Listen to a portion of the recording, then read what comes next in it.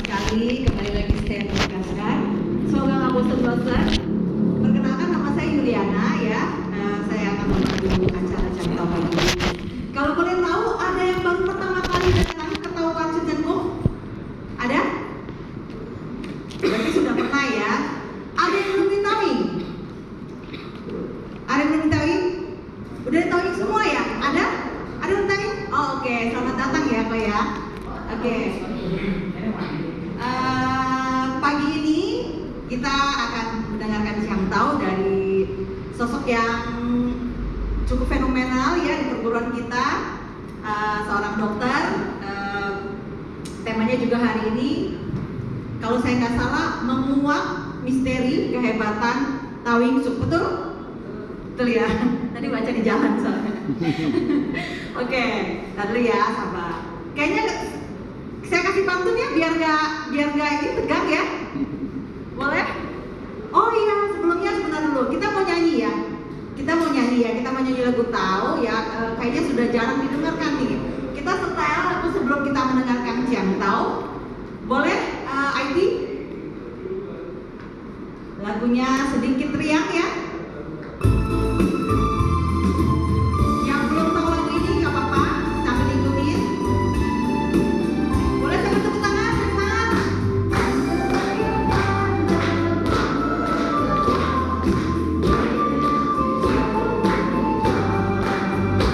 Masjid Samsam boleh maju ke depan.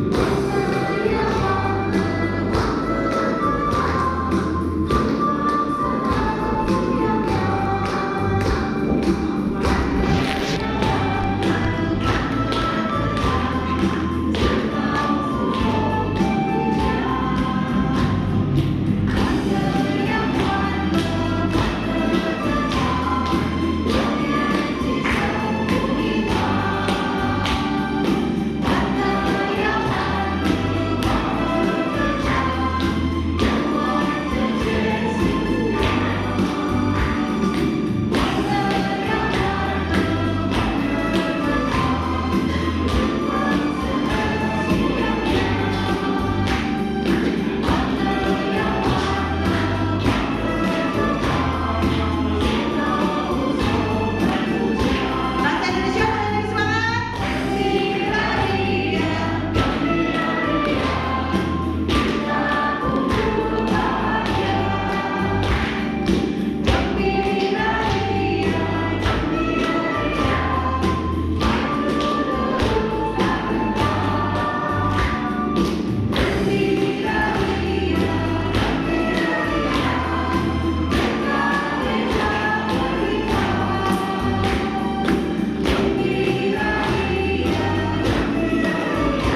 Diulang dapat?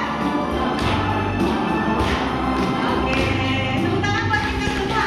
Kita udah usaha ya. Di garis bawahi. Oke. Nah, sekarang kita lanjut nih ke Cangkau ya. Kita nungguin ya? Nungguin ya?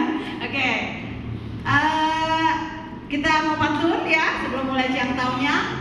Makan seafood sama kangkung. Enak, bukan cakep. Enak. Makannya di pinggir jalan Rasela. Selamat datang di Taman Cengkung. Mari kita dengarkan Cangkau Dr. Isabella.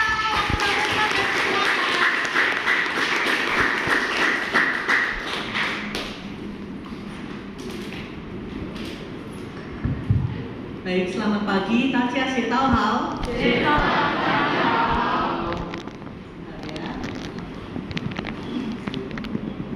lihat slide-nya ya. Jadi hari ini kita mencoba untuk belajar bersama sih sebetulnya ya. Jadi selamat datang di Taupan Cengkung. Nah, semuanya tadi sepertinya sudah knowing ya. Cuma hanya satu ya tadi ya. Pun nggak apa-apa ya. Jadi nanti belajar bersama-sama. Jadi kita sebetulnya di tempat kita agama Tao ya, kita mempunyai satu ilmu gitu ya, yang sangat hebat, yaitu Tawing Suk gitu ya. Nah, mungkin perkenalan dulu.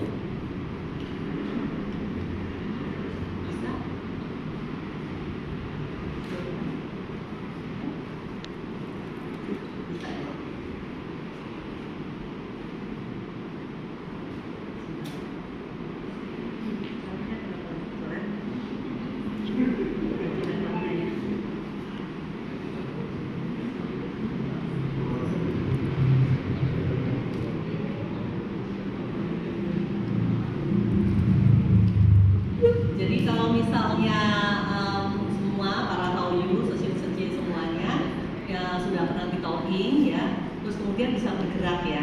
Nah bisa bergerak, nah itu adalah towing suk ya. Jadi untuk bisa kita melakukan towing suk, maka kita harus tahu dulu cara memulainya atau cara membukanya, yaitu melalui towing. Karena kita berarti masuk di dalam perguruan Daisang Lauchin ya, atau Daisang Men gitu ya. Nah kalau sudah di towing, maka kita berikan cara bagaimana kita bisa melatih towing suk kita. Nah di sini itu kita bukan kemudian untuk towing suk ya, ceritanya dulu dari sefu itu bukannya mengajari semuanya jadi apa ya, orang sakti, enggak sih ya. Tapi apakah bisa jadi orang sakti? Ya bisa aja gitu. Ya bergantung pada latihan kita, tetapi sasaran dari sefu dulu nggak seperti itu. Sasaran dari sefu yang pertama kali mengapa menyebarkan towing suk ya ke semua orang itu masyarakat adalah pada waktu itu sefu kita ya, Lisomur sefu sebetulnya beliau juga dokter. Jadi dokter tradisional Chinese medicine sebetulnya. Nah lulusan dari Sumbuak juga. Nah beliau menyampaikan bahwa pasien kalau datang kepada beliau terus kemudian dilakukan terapi, balik lagi gitu, kok nggak sembuh gitu. Sehingga beliau merasa bahwa oh saya mengenal towing suk itu, kenapa nggak saya ajarkan aja supaya semua orang sehat gitu. Jadi awal mula pada tahun 70-an sefu itu menyebarkan juga towing suk sebetulnya. Keinginan dari sefu itu memohon kepada Mahadewa Daisang Lauchin untuk bisa diberikan izin ya untuk bisa menyebarkan ke masyarakat luas. Nah ceritanya zaman dulu 2 tahun yang lalu bahkan sampai hingga sefu kita towing suk itu nggak boleh disebarkan ke masyarakat umum karena hanya boleh di kalangan raja-raja aja. Terus kemudian untuk tause itu biasanya mengambil murid hanya 1-2 orang aja gitu. Sehingga waktu itu sefu menceritakan kepada saya cukup lama juga gitu dalam tanda kutipnya negosiasi dengan Daisang ya. Jadi sampai Daisang waktu itu menyampaikan kamu yakin bisa mempertanggungjawabkan gitu. Sehingga tapi keinginan sefu untuk membuat semua orang itu banyak orang lebih sehat itu besar gitu. Sehingga akhirnya ya udah diizinkan tapi tanggung jawab ya gitu. Dan makanya untuk sefu bisa menyebarkan towing suk itu merupakan tanggung jawab berat di pundak sebetulnya. Dan itu kemudian menjadi tanggung jawab kita yang sudah diajari caranya untuk towing suk itu. Ya, kalau misalnya towing suk itu seperti kita ketahui kan kita bisa bergerak gitu ya. Kita bisa melakukan meditasi gitu atau cingco gitu ya. Tidak ikut tahu bisa nggak ya bisa aja gitu. Tapi seperti orang sekolah kan ada metodenya ya, ada kurikulumnya ya. Nah, yang kita ikutin adalah metode dan kurikulum dari Daisang Lauchin. Jadi makanya kita disebut Daisang Men. Nah, kemudian kita bukan aliran yang masuk ke kuil dalam artian yang jadi pendeta-pendeta Tao ya. Kemudian masuk tidak boleh menikah misalnya, kita nggak aliran itu.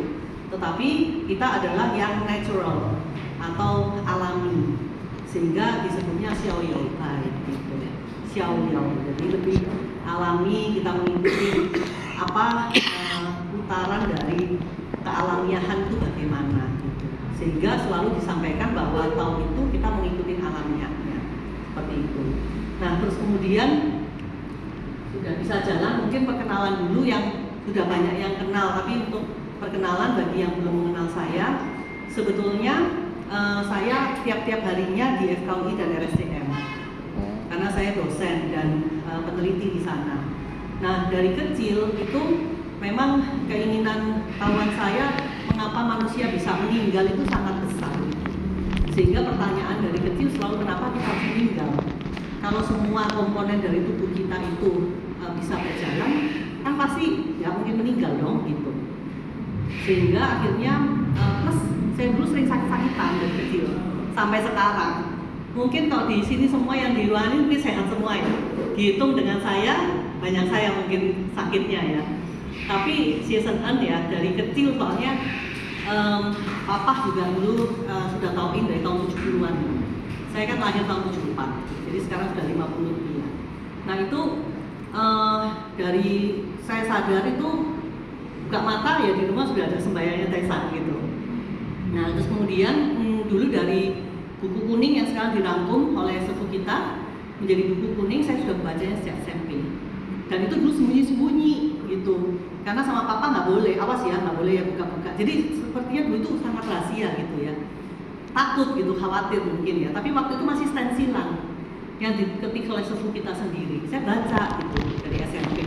Loh ini bagus ya, kenapa sih gitu? Akhirnya ketahuan sama papa. Saya suka baca ketiduran gitu kan. Terus akhirnya papa tanya, kamu sembunyi-sembunyi ya gitu? Iya gitu. Kok bagus kok nggak diperbolehkan baca, kenapa pak gitu? Terus akhirnya diperbolehkan. Cuman pada waktu itu minta tauing, cerita dari mama minta tauing belum boleh sama sepupu. Akhirnya saya terus ke sana baru diperbolehkan setelah saya umur 18 ya. Setelah lulus SMA baru boleh, dan waktu itu saya sudah masuk ke kedokteran gitu. Karena saya sering sakit kan, jadi gimana caranya ya biar mengerti tubuh manusia gitu. Nah terus kemudian saya lulus tahun 98 dari UNS yang sama dengan Ko Insen dari UNS. Terus kemudian saya langsung berangkat ke Jakarta gitu. Karena ingin, kan namanya orang nggak punya uang ya, jadinya ingin sekolah lagi gimana caranya gitu, jadi dosen aja deh gitu ya. Sama kalau jadi dosen di Jakarta yang paling bagus mana, ya udah UI kan. Ya udah saya nekat aja berangkat, nggak ada kenalan, nggak ada apa-apa gitu kan. Akhirnya masuk gitu ke FKUI dan saya memilih Departemen Anatomi. Jadi saya sekarang Associate Professor di Departemen Anatomi FKUI. Nah, Departemen Anatomi itu yang saudara-saudari semua ketahui, kita mempelajari spare partnya tubuh manusia ya. Jadi beda dengan forensik ya. Kalau forensik sama-sama bedah mayat sih. Ya, jadi tapi kalau forensik kan untuk mencari sebab kematian. Kalau saya bukanya seperti orang mikir ya, dari lapis per lapis kulit ya, buka satu-satu sampai dalam. Dan itu harus dilihat untuk mengajarkan ke mahasiswa kedokteran posisi jantung di mana, posisi liver di mana, terus kemudian pembuluh darah di mana. Jadi dari sini pembuluh darah dari ujung kepala, ujung kaki kita harus tahu sih, karena kan kita pakar anatomi kedokteran ya. Jadi yang PAK itu pakar anatomi kedokteran. Nah, saya konsultan di bidang perkembangan. Karena pada waktu itu saya pelajarin, kemudian saya mengambil S2 di FKUI. Nah, kemudian mendapat kesempatan setelah S2 tahun 2003 saya berangkat ke Hiroshima, Jepang. Karena di sana mendapatkan beasiswa dari Kementerian Pendidikan Jepang ya pada waktu itu untuk mempelajari perkembangan tubuh manusia. Karena setelah saya lulus dokter, kayaknya kok nggak mungkin ya orang nggak meninggal ya. Sehingga saya coba deh saya pelajarin dari sejak perbuahan ya sampai kita besar, kenapa ada kecacatan, kenapa ada macam-macam. Nah itu tentu kita harus tahu perkembangan tubuh manusia kan. Nah waktu itu saya pelajarin, sehingga pada waktu itu cukup kaget-kaget ya, pada waktu itu tahun 2003 ya. 2003 di Jepang sudah diminta untuk nungguin tangan gitu, sama nungguin kaki gitu. Tapi di dada ya, bukan di gitu. Jadi, tapi pakainya bukan manusia, pakai ayam ya. Sehingga kita mengetahui bahwa sebetulnya saya mengetahui, maksudnya memahami nasib, memahami takdir itu pada waktu saya pendidikan S3. Nah selama pendidikan saya terus bersurat ya dengan sepuh biasanya kalau ada pertanyaan dari Sen gitu saya kirim. Nanti kalau pas saya pulang saya mampir ke sepuh seperti itu. Jadi mungkin yang tahu Jakarta dulu jarang ketemu saya karena di Hiroshima lama saya. Nah seperti itu sih. Nah kemudian sekarang saya mulai memahami gitu. Oh ternyata seperti ini. Terus kemudian saya mengembangkan stem cell di FKUI RSCM. Jadi kalau misalnya ada produksi stem cell untuk pengobatan itu saya mulai dari 2010-2011. Karena saya pulang dulu 2009 kan. Nah kemudian saya menggandeng beberapa profesor di FKUI untuk mengembangkan stem cell. Dan itu pun saya juga sampaikan ke sepuh waktu itu. Ya udah nggak apa-apa tuh saya ambil tali pusat gitu. Karena kan tali pusat bagus ya. Dan Sinsen kan dia nggak tahu ke depannya stem cell menjadi boom seperti sekarang kan. Nah itu, jadi kalau di FKWSCM biasanya untuk permintaan stem cell harus mendapat ACC dari saya dulu. Nah terus kemudian setelah pelajarin, nah sambil kita coba terapi stem cell-nya, nah ternyata ada kekurangan nih. Saya tetap belum bisa mendapatkan jawaban kenapa orang menua gitu. Jadi prosesnya bukan karena menua ya udah alami gitu, enggak. Ternyata menua itu banyak proses yang terjadi di dalam tubuh kita. Sehingga akhirnya kok nggak bisa-bisa terus ya udah. Karena belajar molekulernya segala macam-macam, akhirnya tahun lalu sampai sekarang saya menambah mempelajari anti-aging. Sehingga saya mengambil master di anti-aging medicine. Nah, kemudian sekarang kalau untuk Tao Suk, saya rasa semua sudah tahu. Cuman mari kita baca bersama-sama lagi Tao Suk itu apa ya, kita baca bersama ya. Jadi Tao Suk itu adalah nggak ada slide-nya, nggak ada anunya dulunya kalau Pak. Jadi di Tao Suk itu sebetulnya kita pelajari ada 3 ya. Ada Sengkung, ada Jikung, ada Cingcokung sebetulnya. Nah kalau Sengkung itu yang bergerak-gerak. Jadi nanti sesium sekalian ya, kalau misalnya pada waktu kita setelah baca Cenyen, kemudian kita bergerak, itu Sengkung. Nah, cuman hebatnya Tao Suk itu yang melatih adalah Seng, gitu ya.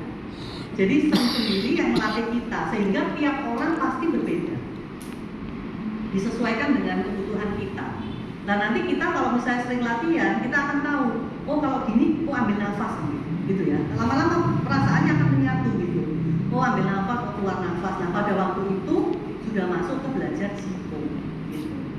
Nah tapi nanti untuk tekniknya pasti kan perlu dipelajari juga. Biasanya dari sini ada sesium juga yang bagus ya Jikungnya, yaitu Pak Aliong ya biasanya berikan gitu ya untuk bagaimana cara Jikung gitu. Nah kalau Cingco itu adalah meditasi yang kita kenal. Nah Tao Suk itu sudah terimbang plus gitu. Kenapa plus? Karena yang ngajarin kita langsung Sengnya dewanya. Percaya nggak percaya ya? Kalau saya percaya gitu, ya kan? Percaya kenapa? Karena Tao itu kan ilmiah ya. Orang mengatakan bahwa dunia lain itu nggak ilmiah, enggak, sebetulnya ilmiah sih. Kenapa? Karena ada materi, itu ada 2. Materi itu bisa kita lihat, tetapi ada yang tidak bisa kita lihat adalah energi. Kalau kita semua belajar fisika kan dulu, energi itu kekal abadi, betul kan? Nah di dalam tubuh kita kenapa timbul energi? Karena kita punya mesin. Nah nanti saya tunjukkan ya. Nah sasaran dari Tao Suk salah satunya adalah menjaga mesin kita di dalam tubuh kita, bukan hanya tubuh yang kita lihat organ, tetapi bahkan sampai tingkat sel, gitu. Bahkan sampai tingkat DNA kita. Nah, mengapa Tao Suk itu sebetulnya hebat gitu? Cuman ada satu kelemahan. Duh, ada satu kelemahan ya, apa ini gitu? Kelemahannya adalah Tao Suk itu tidak bisa instan. Siu Tao itu nggak bisa instan. Mengapa? Coba saya tunjukkan ya. Ya, jadi Tao Suk itu bisa mencegah penyakit dan menunda penuaan. Menunda. Kalau menua pasti, itu alami. Tapi kita bisa menjaga sehat, seperti mobil kita. Mobil itu kalau lama dipakai ya menua dan betul ya. Tapi kalau kita rawat, kita pelihara terus, waktu oli ganti, diganti, fungsinya misalnya sudah lewat 5 tahun, 10 tahun masih bagus, gitu ya. Sama seperti tubuh kita. Kalau dipakai awur-awuran aja, ya cepet aja gitu meninggalnya, gitu ya. Nah, terus jadi ini pertanyaannya, ini yang mau saya bahas di bagian 1 ini ya, tapi nggak semuanya karena banyak sekali gitu ya. Karena ini yang siklus yang tidak bisa kita pungkiri, betul ya?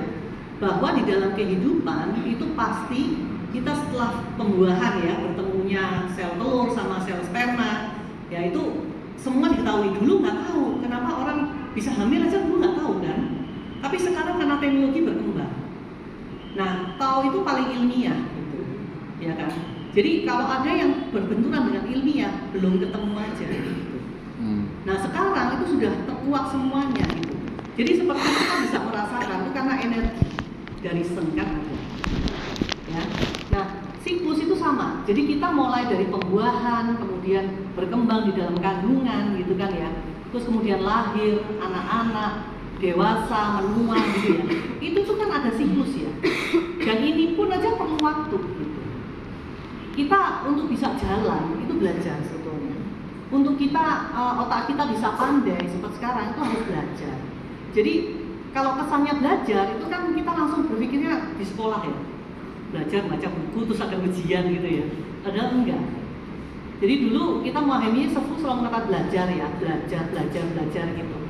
Tapi ternyata kita baca koran, kita sehari-hari bertemu dengan orang itu belajar.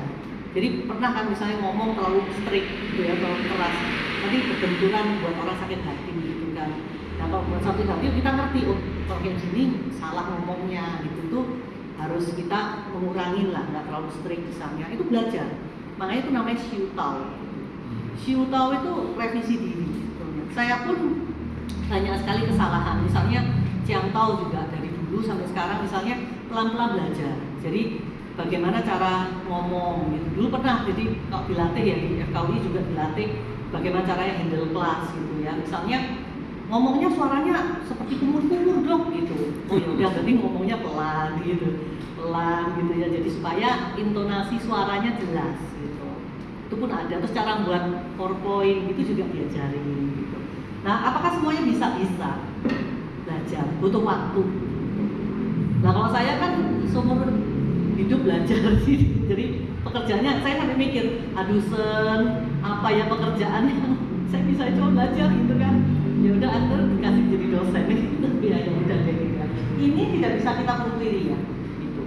Nah, terus kemudian kita tahu bahwa dengan menuanya bertambahnya usia ya, pasti ada gejala, betul nggak? Kalau anak bayi itu ya, wah tangannya tekuk-tekuk gimana, lari, anak kecil itu loncat, nggak ada capeknya. Kita suruh jalan aja udah ngos-ngosan, betul nggak? Apakah itu normal? Kalau kita berbicara masalah penuaan, ya alami-alami aja, tambah tua ya tambah lemes gitu kan.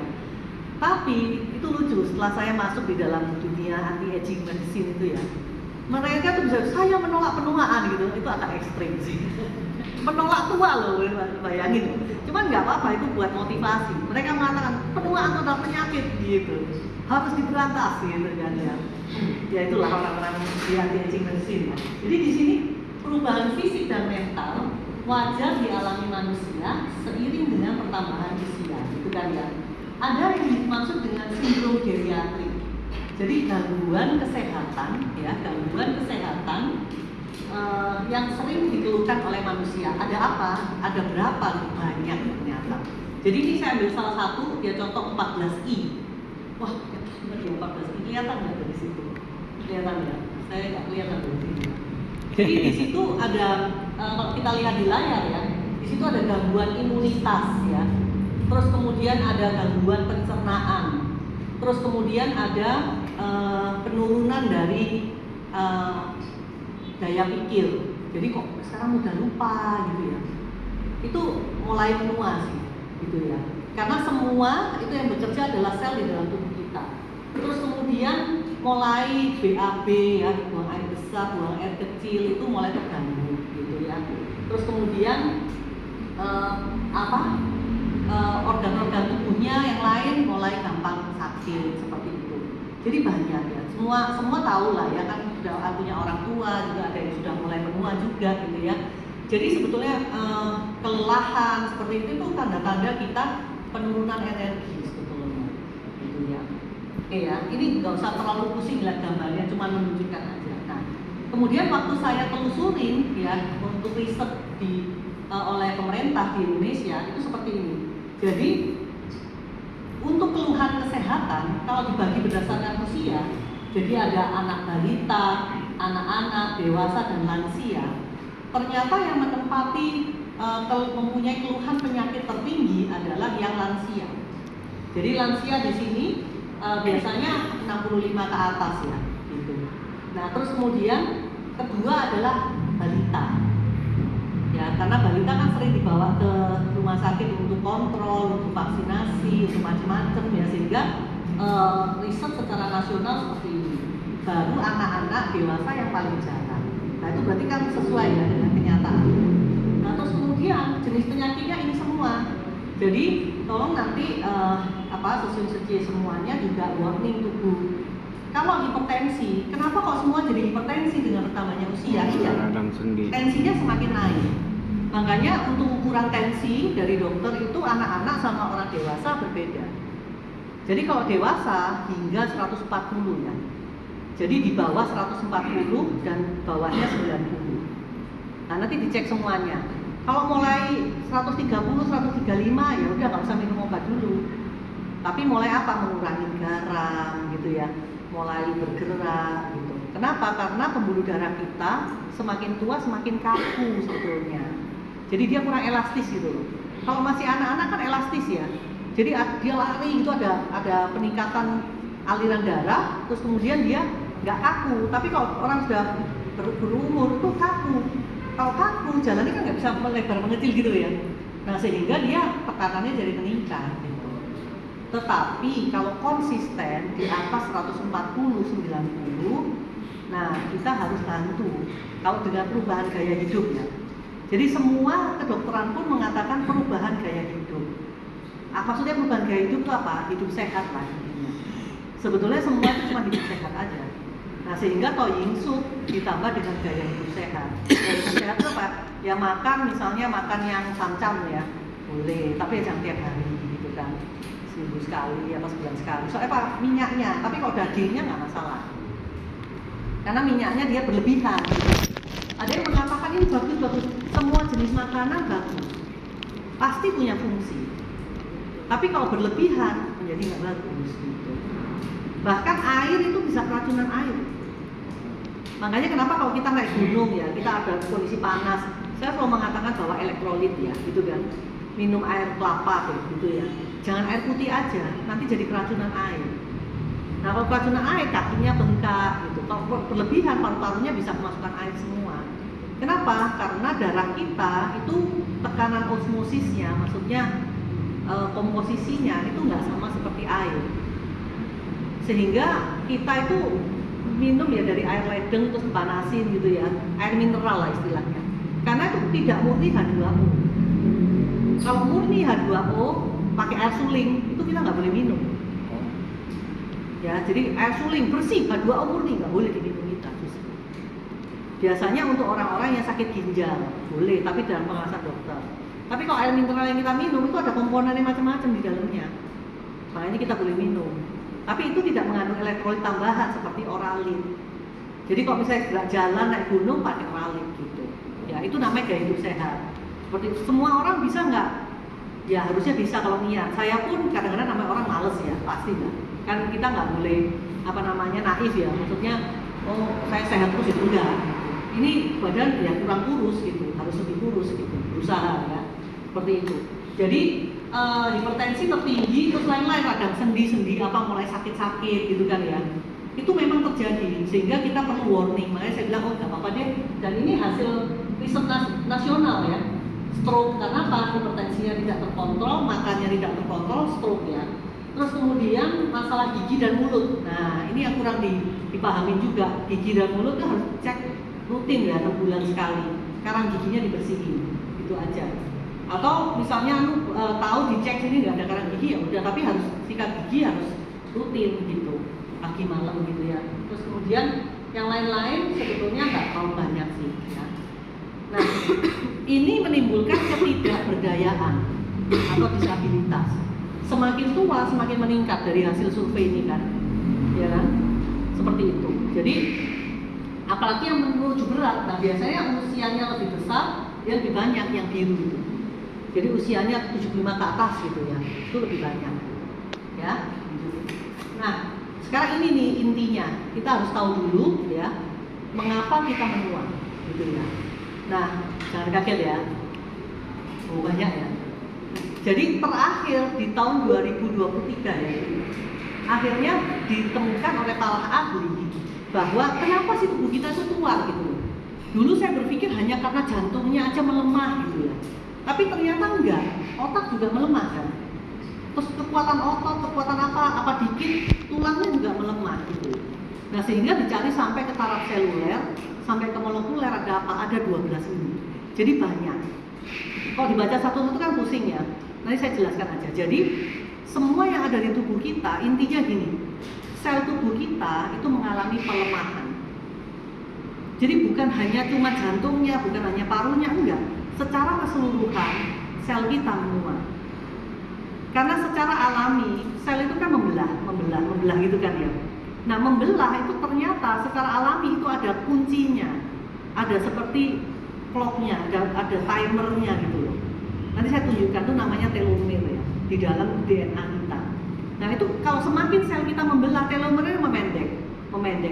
Dan itu sudah ditancapkan di dalam DNA kita. Jadi secara alami kita menua pasti. Satu ya, ada pelemahan itu. Pelemahan sel, kemudian stem selnya di dalam juga. Nah, dengan seperti itu, kita ada kelemahan juga apa? Di dalam menyerap nutrisi. Terus ada lagi apa? Semua di dalam usus kita itu ada bakteri sebenarnya. Di luar kan banyak bakteri. Di dalam usus kita banyak bakteri juga. Tapi bakteri baik dan bakteri jahat kan ada. Nah, komposisi dari bakteri yang baik itu berubah. Sehingga kenapa sefu, saya baru ngerti gitu. Sefu kan dulu ngomongnya cuman pendek gitu ya. Jaga perut supaya panjang umur gitu.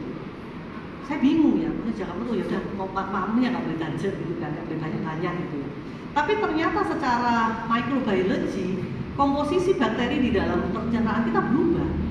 Nah, itu yang namanya dysbiosis, kayaknya namanya sulit-sulit ya. Ini saya cuma nunjukin aja, nggak usah dihafalin, nggak usah dibaca semua, nggak apa-apa.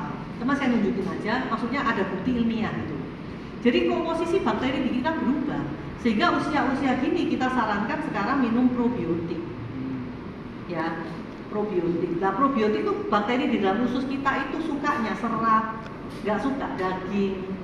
Sehingga kenapa kita harus banyak makan serat? Kalau kebanyakan daging, lama-lama ususnya bocor, istilahnya leaking. Jadi bocornya mulai kecil, lama-lama besar. Bukan bocor kelihatan mata, bolong itu enggak. Tapi secara mikro, enggak kelihatan. Nah, sehingga di dalam tubuh kita mengalami peradangan kronis. Nah, peradangan ternyata merah, meradang, enggak kayak gitu. Peradangannya itu kronis, jadi berlangsung terus-menerus dan kadarnya rendah. Nah, itu yang membuat kita semakin gampang sakit, imun melemah, semuanya tuh yang 12 karakteristik penuaan itu akan terjadi semua. Penurunan energi, kerusakan DNA, itu semua di situ ada penurunan telomer, ya yang saya bilang clocknya dari hidup kita itu menurun terus. Nah, selama dia turun, lama-lama habis mati. Gitu. Nah, ada lagi satu adalah sumber energi tubuh kita di dalam sel itu namanya mitokondria. Mungkin Dr. Yesin juga beberapa kali menginfokan ini. Jadi boleh lihat gambarnya aja. Jadi di dalam sel tubuh kita ada inti. Nah, di luar intinya itu ada namanya mitokondria. Nah, mitokondria ini adalah yang dapurnya tubuh kita. Kita kan bisa panas ya badannya ya. Itu yang produksi mitokondria. Nah, bensin tubuh kita itu ATP namanya. Ya. Kalau bisa kalau ini gambaran dari mikroskop elektron ya. Jadi kan kalau sel kan kecil ya, mata kita nggak kelihatan-lihatnya udah pakai mikroskop. Pakai mikroskop itu mitokondria nggak kelihatan, harus pakai mikroskop elektron lagi. Jadi dilihat lagi di dalamnya terus ada bentukan seperti ini. Nah, itu terjadinya dulu secara evolusi aja. Tadinya dulu katanya bakteri masuk ke dalam sel. Nah, terus dia jadi simbiosis ya, jadi hidup bersama. Kemudian sel ini secara evolusinya bumi ya, itu kemudian menjadi berbagai macam makhluk hidup seperti kita. Kalau manusia itu kan secara evolusinya itu makhluk baru sebetulnya. Setelah semuanya dulu kan dinosaurus reptil macam-macam ya. Kalau di anatomi diajari perjalanan sejarah dunia kehidupan manusia gitu. Nah, manusia itu baru 100.000 tahunan ya.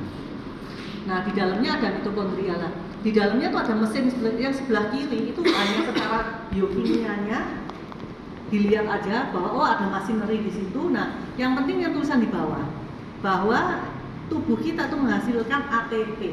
ATP itu adenosin trifosfat. Nah, itu bensinnya tubuh kita. Paham ya? Jadi tubuh kita tuh butuh bensin. Semua yang kita makan nanti di dalam tubuh dipecah. Glukosa, lemak, protein itu merupakan sumber energi sebetulnya. Terutama glukosa ya. Berarti butuh gula, butuh. Kebanyakan nggak boleh. Karena kalau kebanyakan nanti disimpan menjadi glikogen. Jadi menjadi lemak. Gitu. Kalau lemak disimpan masuk ke liver, makanya jadi fatty liver kebanyakan. Makanya dulu suku mengatakan makan cukup aja, gitu. Jangan terlalu kenyang. Gitu. Karena apa? Karena berlebihan. Nah, glukosa perlu untuk membuat energi kita. Nah, salah satu yang rusak itu adalah mesin ini sebetulnya. Mitokondria kita semakin down gitu. Nah, padahal dari luar kan kita banyak polusi ya. Gampangnya bilangnya polusi. Tapi bahasa kedokterannya stres oksidatif. Jadi kalau dulu belajar kimia kan ada reaksi reduksi oksidasi gitu ya. Jadi redox itu. Nah, itu terganggu di dalam tubuh kita sehingga pembuatan energinya kurang gitu. Nah, ini semua dia mendasarin ini, dia tidak hanya menjadi pusat produksi energi, tetapi juga terlibat dalam banyak proses vital yang menjaga keseimbangan dan fungsi optimal sel dan jaringan tubuh. Karena dia kan produksi vital ya untuk energi segala macam-macam gitu ya. Jadi tubuh kita itu sebetulnya sudah punya mesin secara alami ya, harusnya. Dulu zaman dulu kan nggak ada ya, antibiotik juga nggak ada, antivirus juga nggak ada, jamur yang nggak ada, gitu kan. Semuanya dari herbal, semuanya dari bahan-bahan alami. Nah, di dalam tubuh kita sebetulnya loh ya, kalau nggak polusi banyak ini loh ya, itu bisa mengobati diri sendiri. Nah, dulu kan alat kendaraan nggak ada ya, semua jalan kaki, semua dengan olahraga. Nah, dengan olah itu sebetulnya kita membantu fungsi mitokondria sebetulnya. Jadi di dalam tubuh kita itu terus bergerak, jadi terus sehat gitu. Antivirus semua itu bisa sebetulnya. Cuman dengan perkembangan teknologi ada beberapa kalau terjadi pandemi ya, kayak kemarin COVID itu nggak teratasi di sini. Kita duduk meditasi aja ya mati. Harus dikasih anti bakteri, harus dikasih antivirus gitu kalau memang infeksi ya. Kalau infeksi kasih anti demam daripada cinco gitu, kelamaan kasih paracetamol langsung turun. Ya, kita harus bisa ya, bisa memahami ya kapan minum obat, kapan cuman cinco aja gitu. Tapi cinco itu bisa lebih bagus. Kita minum obat, kita cinco, nanti energi kita membaik gitu. Dan sel-sel tubuh kita lebih sehat seperti itu ya. Nah, itu yang membantu, makanya membantu kesehatan. Nah, di sini ingin menunjukkan bahwa hubungan dari mitokondria dengan yang lain-lainnya gitu. Jadi dia bisa untuk produksi energi yang pertama. Terus kemudian dia juga bisa produksi panas. Kemudian pengaturan metabolisme. Maksudnya metabolisme itu mengubah makanan yang kita masuk kemudian diubah menjadi bahan-bahan yang diperlukan oleh tubuh kita. Paham ya? Jadi di dalam tubuh kita ada mesin. Nggak mungkin nasi kita makan, nasi dipakai gitu aja, enggak. Tapi diolah dulu menjadi glukosa. Glukosa diolah oleh perangkat dari sel kita untuk kebutuhan kita. Nah, itu harus terjaga. Nah, terus kemudian dia juga berhubungan dengan pengaturan keseimbangan kalsium, gitu ya. Memang kalsium bisa karena yang lain, jadi banyak multifaktor, tapi salah satunya ini. Makanya dengan bertambahnya umur, kita cenderung kesulitan ya mempertahankan keseimbangan elektrolit di dalam tubuh kita, sehingga perlu bantu suplemen dari luar. Terus kemudian sumber material untuk biogenesis itu maksudnya untuk proses di dalam sel. Terus kemudian keseimbangan tadi saya bilang redox ya, jadi ada oksidasi, reduksi seperti itu. Kayak misalnya contoh teroksidasi itu ya, kalau pisang kita biarkan di luar, apel habis dipotong dari luar, warna coklat kan, nah itu teroksidasi. Jadi dia menyerap oksigen tapi yang minus, gitu. Nah itu sehingga dia mengalami kerusakan, ya. Itu contoh dari oksidasi. Terus kemudian juga dia sintesis hormon. Tubuh kita itu memerlukan hormon. Laki-laki itu testosteron penting. Perempuan estrogen progesteron. Kalau laki-laki kenapa bisa tetap pikirannya bagus gitu ya, terus bisa kuat bekerja karena testosteronnya bagus, termasuk fungsi-fungsi seksual. Tapi begitu dengan usia turun normal, sehingga kalau misalnya mau dibantu dikasih testosteron gitu. Ya, nah supaya turunnya dropnya nggak banyak, maka tubuh kita harus sehat sehingga dia bisa dipertahankan lama. Tapi kalau perempuan begitu menopause mau nggak mau drop, mau nggak mau begitu drop sudah deh semua kena. Jadi kalsium dari tulang semuanya keropos semua, sehingga perlu suplemen. Mau tidak mau. Kalau bisa susu ya susu, karena ada kalsiumnya banyak. Gitu. Kalau enggak ya paksa minum suplemen. Kalau enggak keropos, jatuh dikit patah tulang semua gitu. Ya. Terus kemudian kematian selnya. Kalau begitu seperti kita bilang, kalau mitokondria itu adalah sumber pembuat energi, begitu sumbernya rusak, ya nggak bisa buat energi, sama kayak mesin mobil kehilangan kehabisan bensin, mogok lah, paham ya? Jadi di sini kita tahu bahwa ternyata proses di dalam tubuh kita itu rumit gitu loh sebetulnya, tapi dia secara mesinnya itu sudah dibuat teratur gitu loh. Nah dari kita sebetulnya nggak usah terlalu mikirin ini di dalam, ini pengetahuan aja. Tapi dari kita adalah yang barusan itu, nah ini gaya hidupnya, ya, nutrisinya yang harus seimbang. Jangannya mau daging terus ya, tapi sayur harus. Terus kemudian stres oksidatif itu tidak terhindarkan, karena di sini banyak polusi. Ya. Walaupun di dalam tubuh kita punya mesin untuk menyeimbangkan. Makanya kenapa kayak Lao Tzu ya dulu bilang menggambarkan semua yang ada di kehidupan itu nggak bisa ngomongnya apa. Semua yang besar ini ditulis oleh Lao Tzu itu tahu. Terus semua di dalam kehidupan kita itu yin yang. Selalu harus ada keseimbangan. Ada laki, ada perempuan, ada pagi, ada malam. Jadi yin yang itu tidak berhubungan dengan baik buruk ya. Jadi yin yang nggak ada hubungan sama baik buruk. Maksudnya pagi apakah lebih baik dari malam? Enggak juga, ya kan? Perempuan lebih buruk dari laki? Enggak juga, atau sebaliknya enggak juga. Itu hanya menunjukkan bahwa di dalam kehidupan tuh ada dua hal. Ya, jadi ada tinggi, ada rendah seperti itu. Jadi di dalam tubuh kita ya itu tadi ada redox. Jadi ada yang terjadi oksidasi, tubuh langsung membuat seimbang. Jadi semuanya harus keseimbangan. Makanya kenapa di dalam gambarnya tahu itu di dalam putih ada hitam, di dalam hitam ada putih, dan itu sebetulnya berputar. Jadi makanya gambarnya kan seperti itu ya. Itu sebetulnya maksudnya berputar, dinamis gitu, berputar terus gitu. Nah kehidupan kita seperti itu. Nah ini nanti kalau misalnya kita berbicara yang lebih lanjut ya, kita akan batasin hari ini untuk yang bisa menyehatkan kita, sasaran dari 10 pertama ya. Tapi yang lebih lanjut bisa kita berbicara apa? Masalah orang yang katakan mengikuti jalan putih sama mengikuti jalan hitam gitu kan ya, gelap gitu. Apa yang orang kegelapan bisa dihilangkan? Nggak bisa, timpang, nggak akan bisa berputar seperti itu ya. Jadi ini aja yang perlu kita, toksin, paparan lingkungan, penyakit metabolik itu seperti diabetes ya, kolesterol itu penyakit metabolik. Semua yang berhubungan dengan bagaimana tubuh kita mengolah makanan itu metabolik. Nah, penyakit-penyakit ini harus kita segera kendalikan, paham ya? Terutama diabetes. Karena semakin kita, apalagi orang Indonesia kan makannya nasi ya.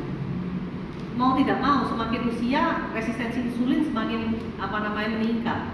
Orang dulu bilang diabetes keturunan ya, enggak. Sekarang lebih banyak karena pola hidup.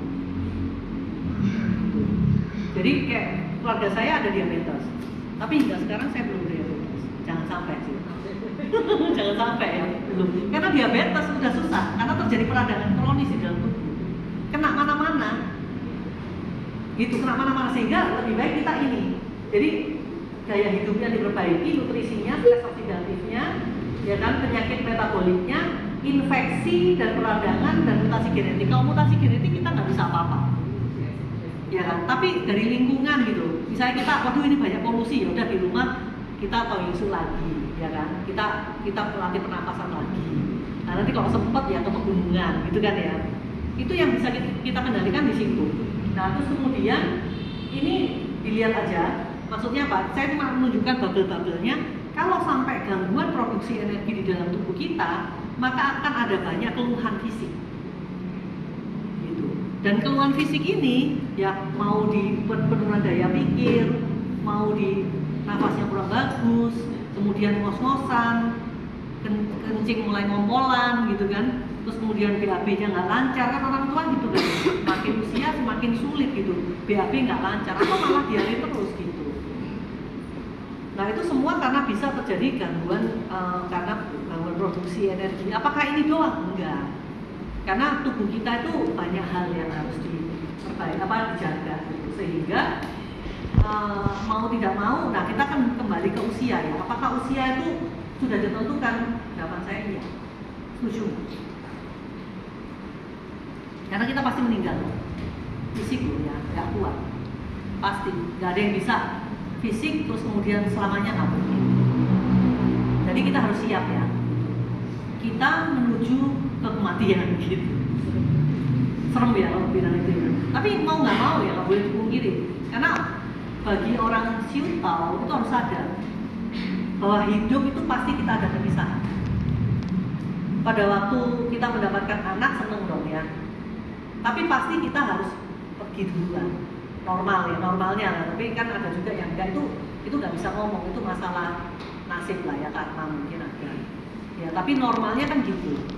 Sehingga mau nggak mau, sehingga kita harus bersiap gitu. Kalau misalnya kita pergi, apa dulu yang dipersiapkan, anaknya disiapkan, semua pokoknya beres, udah kita tinggal.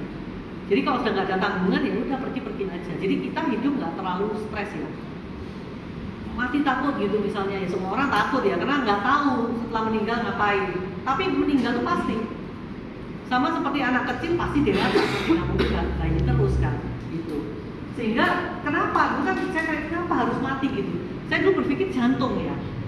Ternyata nggak, jantung nggak berhenti, kalau otaknya berhenti ya mati juga gitu kan, bingung ya jadinya.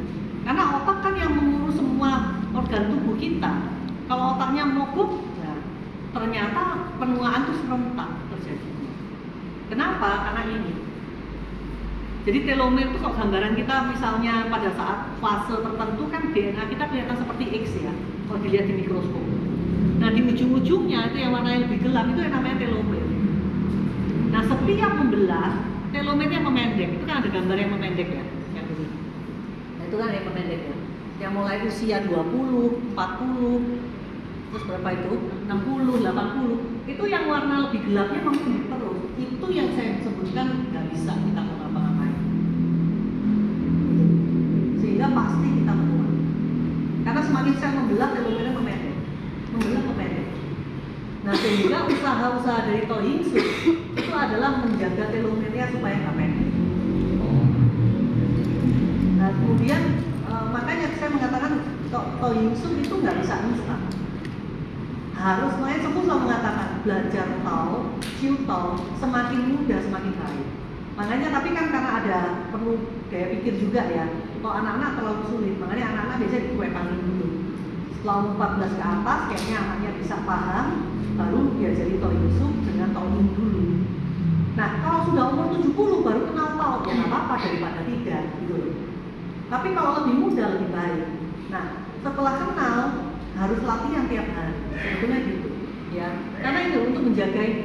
Jadi ujung kromosom itu terdapat topi telomer yang berfungsi melindungi kromosom. Setiap membelah, sel telomer akan memendek. Nah saat memendek maksimal, itu kan penuaan. Sel berhenti membelah, terjadi kerusakan genetik, kematian sel. Jadi sel dalam tubuh kita tiap hari itu membelah. Contoh ya kulit ya. Kulit kita itu lepas loh ya, sampai terganti semuanya total 28 hari. Itu sudah baru semua dibanding 28 hari yang lalu. Tapi kalau misalnya kita kehilangan proses membelah atau perbaikan tubuh, regenerasi sebutnya ya, kita pasti sakit. Contohnya apa? Orang yang kanker dikasih kemoterapi, itu sel-sel mudanya hancur semuanya. Karena kemoterapi tidak bisa milih mana yang kanker, mana yang bukan. Karena sel kanker itu sel muda sebetulnya, belah terus. Tapi belahnya mengalami mutasi, sehingga belahnya tidak terkendali. Gitu. Nah dia kan sel muda, sehingga yang disasar kemoterapi itu sel mudanya. Nah dia nggak bisa milih, sehingga sel muda yang lain kena. Makanya orang habis kemoterapi kan ini sariawan lah, ya kan rambutnya rontok lah. Karena apa? Kemampuan perbaikannya menghilang. Nah sehingga kalau sel kita berhenti membelah, ya udah game over gitu. Nah setiap hari di dalam tubuh kita ada sel yang mati. Tapi hebatnya lagi, kenapa saya sampai belajar stem cell ya? Dulu kan ada yang di FKUI pun ribut.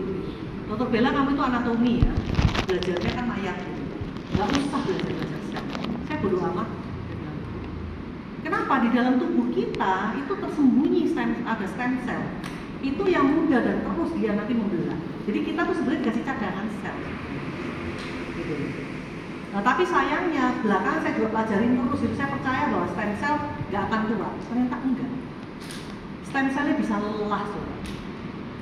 Nah kalau sudah cadangan yang dikasih oleh alam ya, oleh tahu kita yang besar itu dikasih stem cell lelah juga, ya udahlah, meninggal lah, mau nggak mau. Nah kita, usaha kita adalah supaya hidup kita lebih panjang aja, gitu. Ya, ini prosesnya. Ya. Makanya saya bilang menua misteri saya bagi, nggak bisa semuanya. Cerita tentang kita menua aja panjang kan ya, gitu. Sampai sini ada bertanya dulu nggak? Boleh loh, nggak apa-apa, tanya aja. Ayo boleh. Ada yang mau tanya? Mau tanya mengenai ATP tadi. Ya, boleh. ATP kan dari ATP plus energi Ya. ATP. Plus fosfat. Supaya bisa menyerap banyak energi. Apakah bisa ATP itu bagaimana bisa memperbanyak ATP? Oh ya, baik. Ini pertanyaannya bagus ya. Jadi sebetulnya ada proses kimiawi di dalam tubuh kita. ADP itu adenin fosfat ya. Jadi dia bukan menyerap energi, tapi dia mendapat tambahan fosfat. Jadi menjadi trifosfat. Nah, di dalam tubuh kita itu ada yang namanya siklus Krebs. Secara biokimiawi ya. Nah, siklus Krebs itu kita bukan semata-mata menyerap energi, tetapi kita itu ada kebutuhan glukosa, ya, terus kebutuhan bahan-bahan kimia yang lain. Gitu. Nah, sedangkan yang ingin saya tekankan ini sampaikan adalah oksigen itu perlu buat kita. Nah, kita selama jipo itu kan mengolah energi. Selain mengolah energi supaya rata seluruh tubuh, karena kita kan ada beberapa yang sel-selnya energinya kurang bagus. Sehingga kita tahu misalnya di dalam ilmu tradisional Chinese medicine itu ada meridian. Nah meridian itu kalau diperiksa secara barangnya nggak ada, tapi hanya bisa ada pada manusia hidup. Kenapa? Karena itu energi. Nah kalau dia bisa tersumbat, pasti sel di situnya pasti ada problem, kan gitu. Nah sehingga tadi yang dimaksud bukan kita memperbanyak ADP-nya, tetapi masinerinya yang diperbaiki maksudnya. Jalannya mesinnya, baik dari asupan dari nutrisinya, glukosanya, oksigennya, seperti itu. Nah, selnya yang bisa, mesinnya kan dalam selnya harus sehat itu. Sehingga kayak ayam dan telur, mana yang mana gitu. Nah, kita harus mutus, gitu. Nah, mutusnya di mana? Pertama, kita harus tahu insuk dulu. Hidup sehat ya, iya barengan gitu maksudnya. Sehingga pelan-pelan nanti semuanya bagus. Seperti itu sih. Nanti kalau misalnya kita kondisinya bagus, ADP yang diproduksi banyak, tapi tanpa fosfatnya nggak bisa juga. Sehingga perubahan dari ADP ke ATP-nya itu yang penting. Nah pada waktu sel kita pakai energi itu untuk kita bekerja, untuk berpikir, ATP-nya pecah lagi masalahnya. Jadi ADP lagi, sehingga dia terima lagi masuk di dalam putaran siklus itu di dalam sel kita. Ya, pertanyaannya bagus ya. Ada yang bertanya lagi? Ada yang bertanya? Boleh. Oh. Gak apa-apa kita diskusi kok ya. Itu bisa dibantu. Kalau sekarang kan banyak ada peptin, NMN, NAD itu membantu nggak ya dengan kita mengkonsumsi itu? Ya, ini pertanyaan bagus ya. NAD segala ya. Jadi di dalam mitokondria itu ada. Jadi yang tadi pertanyaan dari sosiom itu ada gini. Di dalam tubuh kita itu ada komponen kecil-kecil. Jadi ada elektron, ada elektrolit ya, kemudian ada bahan-bahan yang seperti tadi NAD plus, NMN segala macam. Sebetulnya itu secara medis itu bisa membantu, karena dia membantu fungsi mitokondria. Jadi di dalamnya itu ada machinery yang kita harus bantu. Kenapa pada waktu tambah usia dia semakin nggak efektif gitu, mesinnya tuh nggak efektif, sehingga produksinya tuh turun.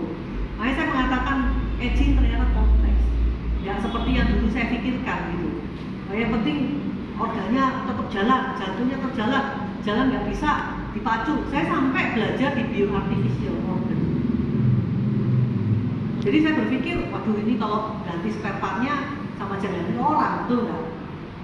Mobil sudah rusak semua, ya ganti mobil lebih gampang. Tapi kan orang nggak bisa kayak gitu. Sampai pada waktu mulai bisa cloning ya, Dolly ya, berapa puluh tahun yang lalu itu di dunia semua ditahan supaya tidak mengkloning manusia. Bisa. Karena cloning itu sudah biasa dilakukan. Bahkan saya dulu cloning sampai tingkat bakteri bisa, sel. Seperti stem cell itu cloning, tapi sel. Tapi yang tidak boleh adalah cloning membentuk organisme. Karena bahaya seperti itu, spare part dipindahin. Jadi yang satu buat spare part aja, kan nggak bisa, ini kan manusia ya kan. Nah itu ditahan semua, nggak boleh. Secara etik gitu. Tapi ada yang sembunyi-sembunyi nggak, kita nggak tahu kan. Nah, sehingga yang diusahakan, ini pertanyaannya bagus. Jadi sama seperti pertanyaan tadi ADP itu gimana, NAD segala itu yang dimaksud suplemen. Sama seperti kita tambahin kalsium, ya kan, tambahin magnesium. Dulu kan kita bilang cuman karbohidrat, protein, lemak udah.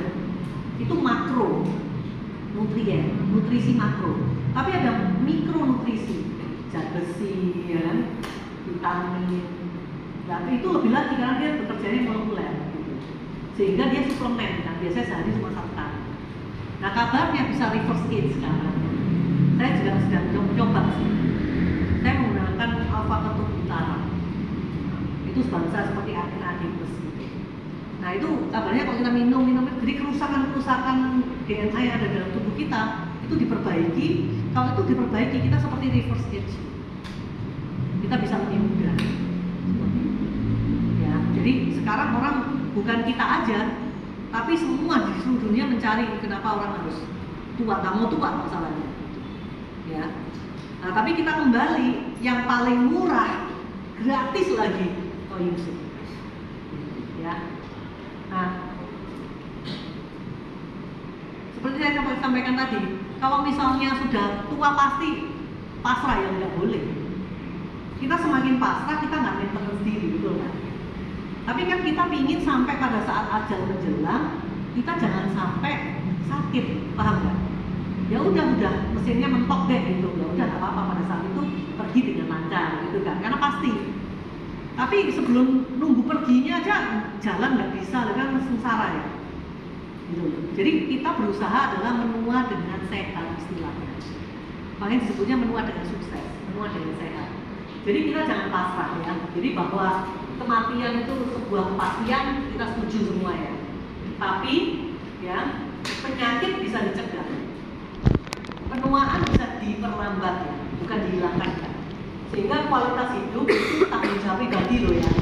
Semua sudah dikasih jalan, jadi sudah dikasih ajaran musuh, sudah diajari nutrisi macam-macam ya seperti tadi ya, suplemen segala. Nah kita harus bijak ya, memilih mana yang baik buat diri kita. Toyinsu kalau merasa baik ya silakan. Tapi di sini sudah banyak yang membuktikan. Ya.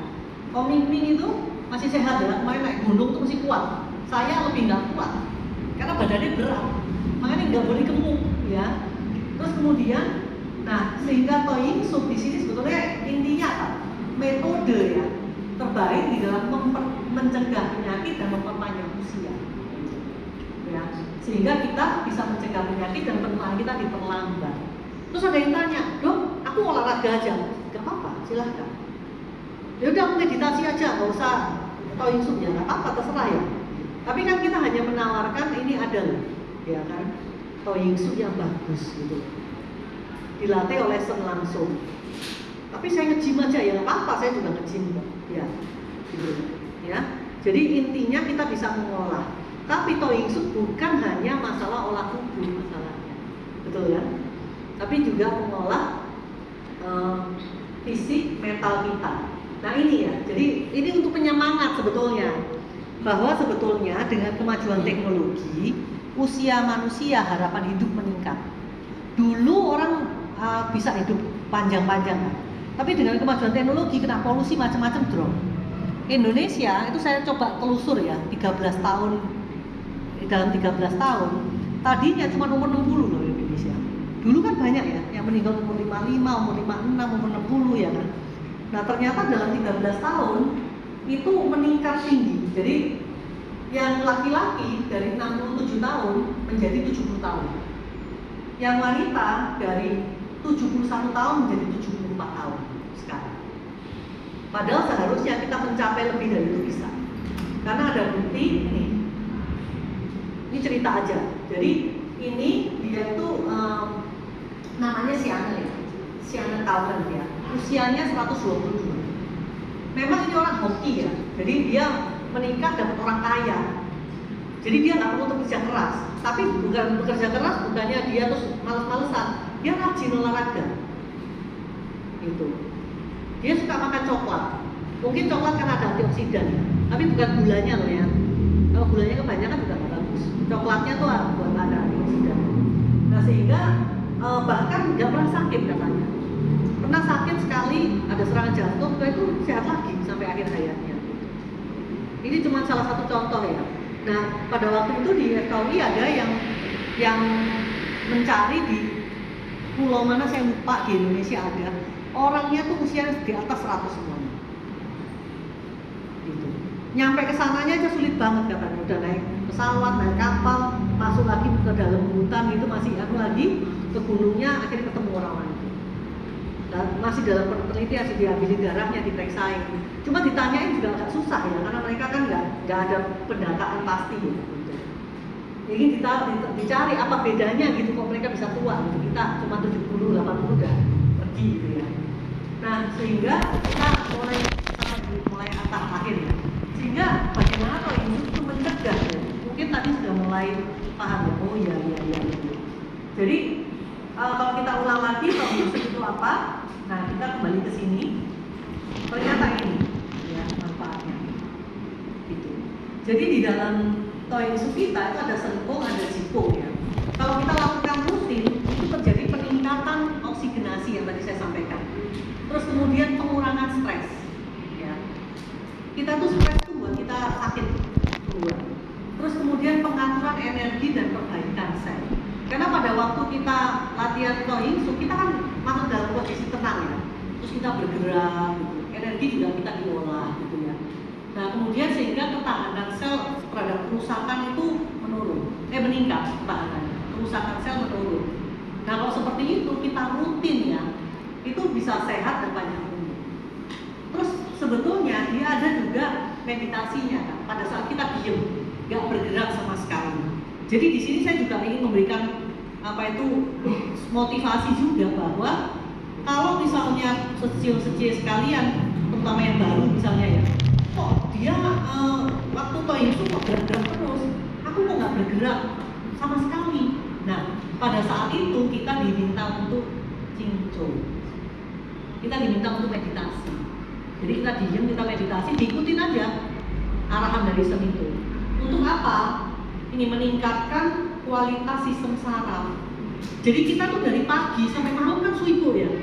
Itu kayak misalnya air kan kocak gitu. Nah malam kita harus tenang dong, tenang gitu kan. Nah kalau tenang kita tuh lebih tajam pikirannya. Sama seperti air, kalau misalnya kita biar air tenang, kita bisa tembus lihat dalamnya. Sehingga kita baru mengerti, nanti pasti muncul. Tapi ada masalah apa muncul terus, nggak apa-apa diikutin aja. Nanti lama-lama iya ya kenapa ya udah bisa dibereskan. Lama-lama urusan masalah yang rumit-rumit jadi beres sendiri gitu.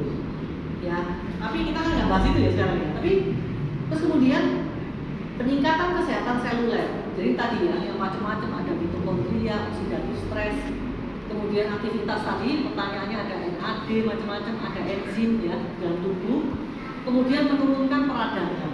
Jadi itu penting. Sama akhirnya meningkatkan kualitas hidup. Ya. Jadi karena Toyinsu itu kalau dibahas nggak selesai-selesai. Jadi saya mencoba untuk meneliti di sisi ilmiah apa sih? Pasti nggak mungkin. Oh ajaib sakti nggak kayak gitu sih. Karena Tao itu alami ya. Tubuh kita itu materi. Pasti ada penjelasan di situ. Dan ternyata dengan berkembangnya teknologi sekarang belakangan mulai diketahui. Ini saya mau menunjukkan penelitian dari Hong Kong ya. Itu dia hanya melihat jikungnya aja. Seminggu 3 kali, 3 sampai 4 kali, minimal 1 jam. Nah itu kalau kita belajar dengan kedokteran olahraga cocok. Karena kita tuh harus satu minggu itu 150 menit. Berarti kalau dibagi 3, itu kan sekitar 1 jaman ya, 50 menit. Jadi seminggu 3 kali. Padahal kita disarankan Yingsu itu tiap hari. Makanya dia bilang jangan sampai ada beban, ya jangan sampai ada beban, ringan aja. Oh ya udah aku sekarang demi tubuhku aku Taoying Yingsu gitu ya. Kuat setengah jam nggak apa-apa. Karena nanti kalau setengah jam tiap hari 30 kali 7 bahkan sudah banyak, udah 200 jam lebih. Ya, yang ini penelitiannya itu seminggu dilatih 3 sampai 4 kali. Dan kalau melihat ini itu serius dia. Jadi dia ini serius. Jadi hasil dari penelitian ini itu bahwa Qigong bisa menurunkan gejala kelemahan fisik, fatigue ya. Terus kemudian gejala-gejala kelemahan itu dia menurun, ditambah dia melihat aktivitas telomernya. Makanya saya kasih contoh ya, kan tadi saya bilang telomer segala. Dan ternyata diperiksa, aktivitas telomernya meningkat. Artinya apa? Berarti dia memendeknya berkurang seharusnya. Ya, jadi penelitian sih nggak cukup ini, cuma saya tunjukkan satu aja. Pastinya tentu harus didukung yang lain. Nah, penelitian ini saya telusurin dan dia serius itu dibuatnya. Jadi dia screening dari ribuan orang, jadi 100.441 orang itu di screening semua. Terus mana yang memenuhi syarat? Dipilih sampai yang memenuhi syarat cuma 70 orang.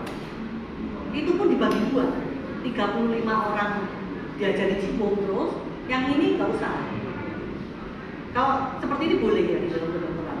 Nah baru dijalankan. Terus orangnya ini nggak usah dibaca satu-satu ya, saya cuma menunjukkan bahwa penelitiannya ada gitu ya. Dicek dulu awalnya gitu ya, semua sama, dua kelompok ini sama-sama punya keluhan kelemahan. Jadi sekitar 20% orang mengeluh dia lemah apa macam-macam. Jadi startnya semua sama gitu ya. Nah terus kemudian setelah dilatih dia ikutin dan ternyata semua ya yang di atas itu, jadi kondisi kelelahan fisik, kelelahan mental itu menurun semua di kelompok yang Qigong. Yang di kelompok yang kontrol tetap nggak ada perubahan. Terus kemudian fungsi physical activity-nya skornya meningkat, mental skornya juga meningkat gitu katanya. Terus yang menurut saya penelitian sulit ya, karena ini dia sampai dipublikasi di internasional di jurnal yang bagus. Nah itu ini aktivitas telomernya meningkat gitu. Itu baru Qigong loh ya. Padahal Taoying Yingsu kita kan nggak Qigong doang, bayangkan ya. Jadi hanya Qigong aja sudah bisa meningkatkan kemampuan sel untuk memperbaiki dan memperpanjang telomer. Tapi di sini juga disarankan oleh profesornya yang periksa bahwa tentunya itu dipengaruhi juga gaya hidup. Gaya hidupnya juga harus lebih bagus, nutrisinya lebih bagus, supaya peningkatan dari fungsinya itu lebih bagus gitu. Mungkin itu sih ya. Jadi untuk hari ini saya rasa sehingga akhir ya pesan hari ini Taoying Yingsu itu merupakan kebutuhan kita ya, bukan kewajiban. Kalau kewajiban kan harus ya, mau nggak mau harus, kan yang butuh kita sendiri. Sehingga diri sendiri yang bertanggung jawab untuk apakah kita bisa sehat atau enggak. Jadi jangan ngomong, aku sudah Taoying lama, tapi aku nggak sehat-sehat juga, dan pertanyaannya rajin nggak gitu. Terus secara orangnya gampang marah nggak gitu ya, gampang stres nggak, diajak ngomong sedikit tersinggung misalnya, itu kan nambahin stres mental. Kalau kita hidupnya bebas, itu biasanya lebih sehat. Mungkin itu dari saya apalagi manfaat dari Taoying Yingsu, kita tunggu yang bagian berikutnya. Oke.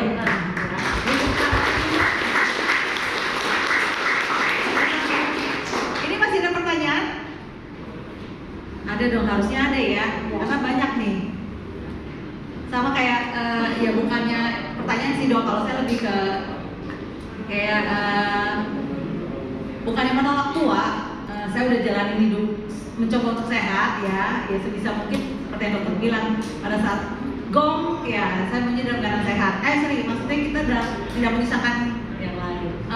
Keluarga yang ditinggalkan ya, karena saya sendiri juga punya pengalaman orang tua ya mungkin gaya hidupnya merokok, ngapain ya nggak nyindir, merokoknya kayak kereta api dan pokoknya ya, terus suka begadang ya, mungkin ya adalah orang tua dulu gitu ya.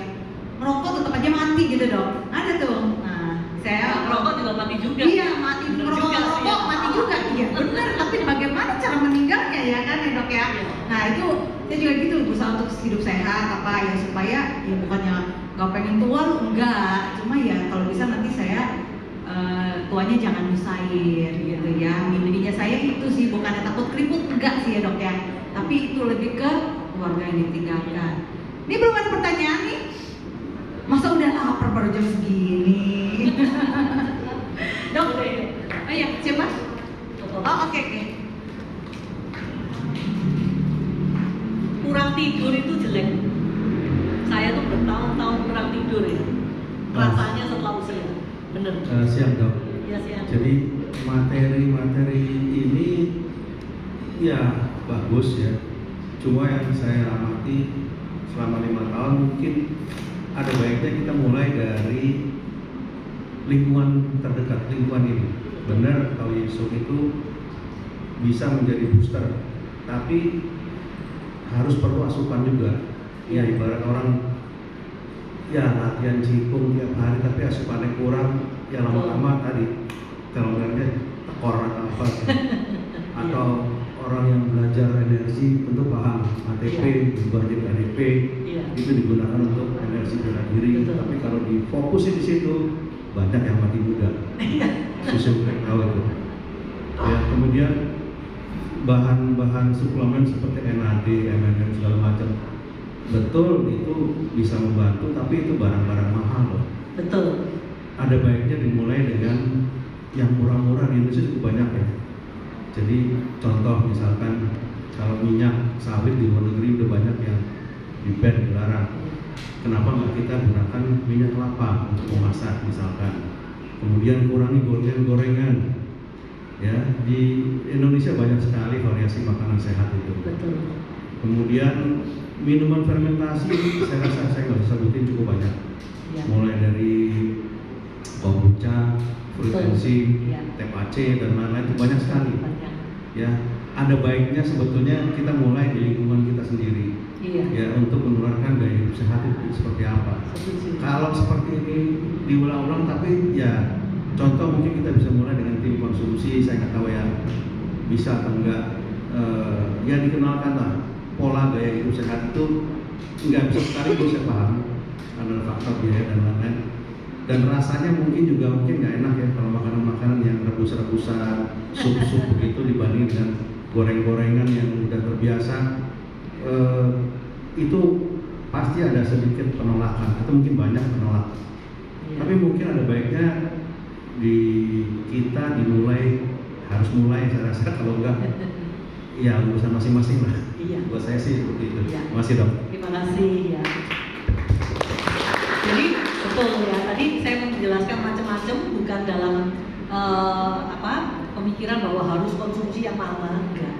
Tapi justru ingin menyampaikan bahwa hal yang paling murah dan gratis toh insum ya. Itu harus dijalani. Nah, apakah harus mahal? Enggak. Jadi misalnya kita olahraga sendiri, jalan pagi gitu kan ya, senam sendiri gitu kan bisa ya.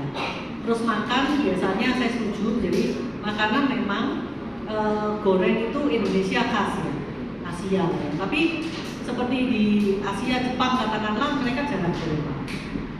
Jadi mereka banyaknya kan steam, cuma oseng-oseng gitu aja ya. Nah itu yang memang mau tidak mau mengubah gaya hidup tuh nggak gampang sih ya. Apalagi kita kalau gorengan pagi seneng banget. Saya juga seneng banget. Cuman sekarang lebih mengurangi sih karena ternyata betul gaya hidup yang nggak sehat, yang tadi kurang tidur ya, itu nggak boleh. Saya bertahun-tahun kurang tidur sih. Jadi terus badannya semakin nggak bagus. Rasanya setelah belakangan, kalau masih muda sih nggak terasa. Tapi masalahnya gangguan itu tidak muncul pada saat itu. Sehingga kalau ngomong sama orang muda itu susah, ngomongnya setengah mati. Ya kan dia itu malam sampai pagi gitu, baru tidur gitu ya. Kalau saya dulu kebangetan sih memang. Jadi dulu pada waktu di Jepang itu orang Jepang bisa belajar segitu, aku 2-3 kali lipatnya bisa. Apalagi diberitahu ya, di sini tuh belajar kalau ngambil tutorial tuh harus 15 jam. Saya itu beneran 15 jam saya belajar sehari di lab terus gitu. Terus kadang tidur 2-3 jam baru lagi berangkat lagi. Tapi ternyata setelah usia gini badannya rusak. Saya kerasa rusak sih. sendi-sendinya rada gitu. Ini kayak sendi sakit gitu. Terus badan susah ya, mau kurus itu kok susah. Jadi sekarang mencoba sih jam 10-11 itu kalau bisa tidur. Lalu sering dimarahin tuh sama suami saya, kok kamu jam segini masih lembur aja gitu kan. Kayak kerjaan tuh nggak ada habisnya. Tapi kita harus hidup sehat. Kalau misalnya kita cukup tidur itu lebih efektif. Saya dulu sering sampai 36 jam nggak tidur. Tapi habis nggak tidur itu diajak ngomong lemot ya. Bener. Sekarang ambil kantong plastik itu, nggak bisa nyebut kantong plastik coba. Gitu. Jadi itu contoh yang tidak sehat. Terus kemudian yang makanan sehat tadi yang seperti disampaikan Pak Thomas betul. Kombucha, semua yang ada di sekitar kita tuh Indonesia kan banyak ya. Itu bagus-bagus semua sih. Terus kemudian kalau minum teh apa itu kok bisa udah mulai gulanya kurangin atau nggak usah gula. Karena gula itu cukup sih di kita sebelumnya. Ya cuman ya banyak yang orang Indonesia, apa saya bilang orang Indonesia tuh sulit karena Thailand segala itu karena semuanya tepung ya. Tepung itu cuma karbohidrat.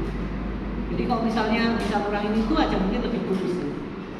Saya juga lebih kurus nih, kayak secil ini sesium yang kurus.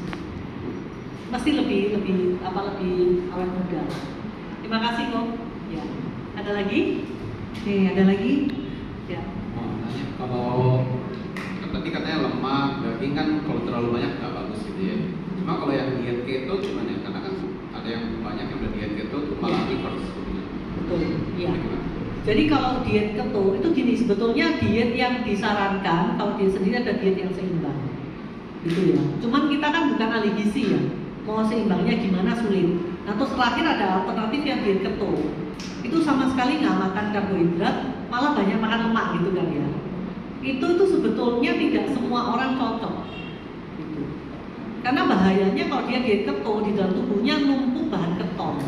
Kenapa? Dia protein ya, karbohidratnya kan semua habis tuh. Nah, sehingga dia mulai cadangan-cadangan lemaknya dibakar. Nah nanti kalau sampai akhirnya kita kebablas lah istilahnya. Nah itu protein semua dipecah, rusak badan kita. Sehingga biasanya diet keto itu harus dipantau oleh dokter ahli gizi. Nah terus kemudian darah dan urinnya harus diperiksa. Karena kalau bahan ketonnya itu terlalu banyak dan tubuh kita nggak kuat mengeluarin semuanya, organ kita rusak. Ya jadi diet itu macam-macam lah. Ada diet keto, ada diet rendah gula ya, terus kemudian rendah garam, rendah lemak gitu ya, atau yang vegetarian. Nah biasanya kalau vegetarian jatuhnya jadi lebih banyak makan karbohidrat gitu. Kalau tidak sadar ya, karena kan semua nggak boleh daging, nggak boleh apa, akhirnya dia pakai karbohidrat. Kenapa? Karena buat daging-dagingan gitu ya, nah itu susah itu jadinya. Jadi memang tiap metode itu ada kelebihan, ada kekurangannya, maksud saya gitu. Jadi kita sendiri yang harus bijak loh ya untuk menata. Nah cuman sekarang yang lagi banyak diterima adalah intermittent ya, intermittent fasting. Biasanya menunda aja. Sebetulnya itu hanya mengurangi kalori sih. Nah kalau kita yang sendiri makannya sudah nggak banyak ya sebetulnya ya tetap kurus-kurus aja gitu. Nah cuman yang intermittent biasanya kena bentroknya dengan yang punya sakit mah. Ya kayak gitu sih. Jadi makanya pencernaan itu penting, jadi beresin dulu. Kalau enggak udah kemana-mana gitu. Minum obat ya susah, mau diet juga susah gitu. Ya mungkin itu ya. Jadi kalau saya sendiri juga diet biasanya tanya lagi sama dokter ahli gizi gitu kan ya, bolak-balik gitu. Cuman akhirnya diberitahu, akhirnya saya periksa gitu ya, oh ya udah tepung apa dikurangi banyak. Nah, tiap orang sendiri-sendiri sih, tergantung dari kondisi fisiknya gitu ya. Iya betul dok. Kalau intermittent fasting ya, sepengetahuan saya juga kan jalanin. Kalau udah kurang tidur aja, langsung sakit. Jadi kuncinya tuh istirahat yang cukup ya dok ya. Kalau di live TikTok saya pernah dok scroll gitu ya. Waktu itu saya lupa pas lagi kurang tidur, lagi masih belum tidur. Itu jam 2 yang nonton ratusan. Ini orang lain ya. Mungkin masih sehat badannya ya.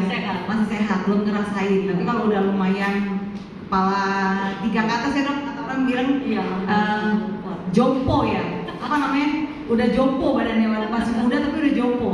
Iya. belum ngerasain ya. Jadi sebetulnya tidur itu ada ilmunya tidur ya. Apalagi anak-anak harus tidur.